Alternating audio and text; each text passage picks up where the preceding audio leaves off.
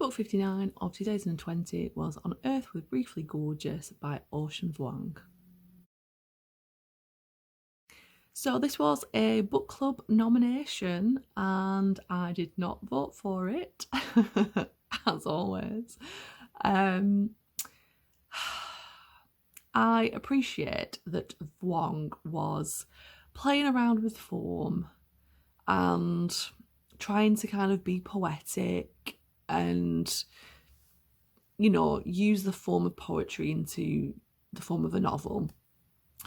But it was just pretentious. There was such a superfluous use of words that was just unnecessary. It was just like added fluff that just detracted from the story and diluted the meaning of what was being said. It was just like word vomit for like no purpose, because it didn't sound good. Like, you know, I was listening to it on audio, it didn't sound good. It just sounded like you were just telling me a lot of words that I didn't need because it added nothing to the story.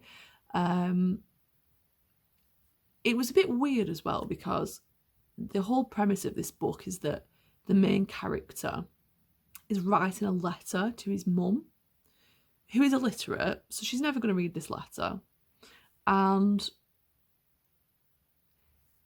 it's odd because the stuff that's in there, so the content of the stuff he's writing about, you would not share with your mother. Like, you just wouldn't. It's just not appropriate. And even like the way it's written is not written in a letter style. Like, there's lots of books that use like an epistolary, I don't know if I said that word right, I was like trying to say it quick so that you wouldn't notice, and I was like, oh, I might as well just say it. They use that kind of technique, like A Handmaid's Tale uses it, Maya Angelou uses it, Alice Walker uses it. Like, there's a lot of books that use kind of like a letter kind of style of writing. There's one actually that I read recently called How to End the Time War. I don't recommend reading it. I did a review of it. You can check it out if you want. But anyway, it's not in that kind of form. So it's just, he's basically saying he's writing a letter, but it's not written as a letter.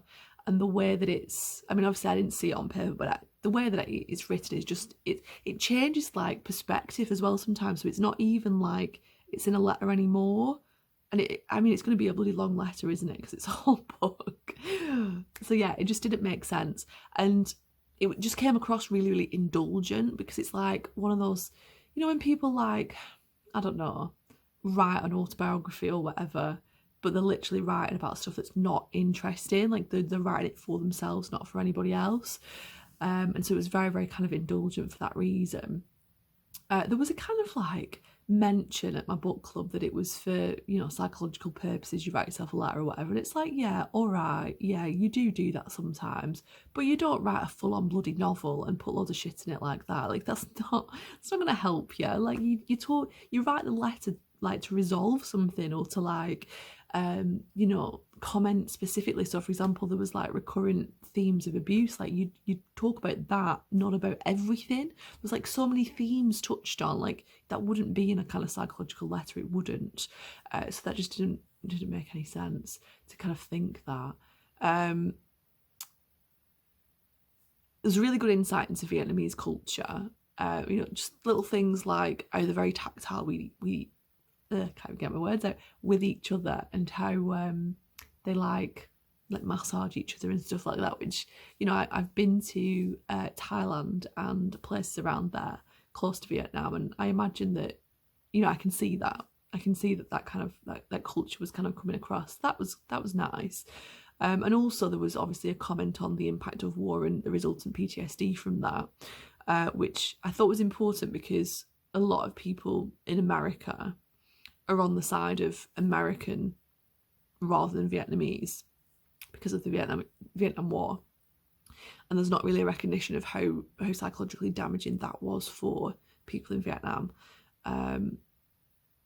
So I respected that, and, you know, the way that the PTSD is kind of portrayed is good as well. That is, you know, how it happens, and the kind of symptoms of it. Although there's a little bit of a kind of, you know, the grandma is not the grandma.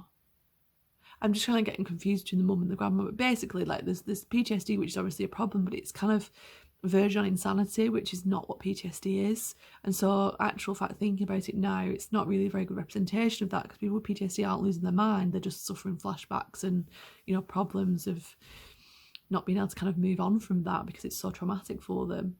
And it's not, they're not losing their mind, you know. So there's a few things there, like at one point the mum is trying to have a go at someone who she thinks is who killed her sister, but it's some random person that is just living in the same house, and it's like that PTSD doesn't explain that. Like, the mum's crazy.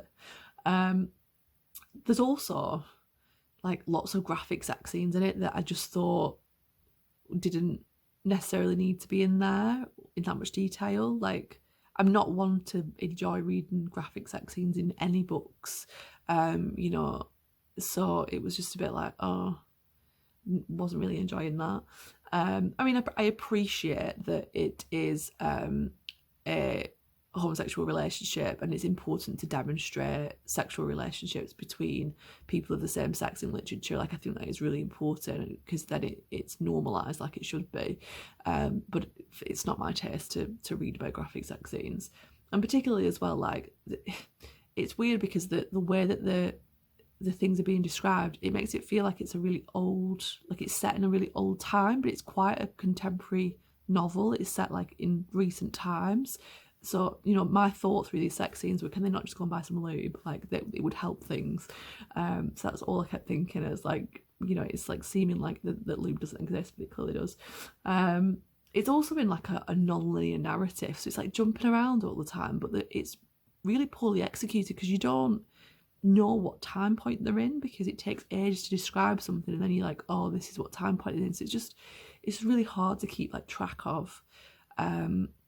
It's very much written in a kind of like stream of consciousness, which obviously, like, stream of consciousnesses are only really interesting to people that are having them, or like people that think like them. And for me, it just wasn't interesting at all. Like, this person's life is just not that interesting.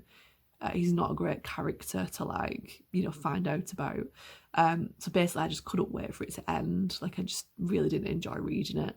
And so I wouldn't recommend it. However, having said that, you know, there were people at the book club that enjoyed it, but they like a lot of books. So I wouldn't let that inform your opinion of it. So yeah, not for me.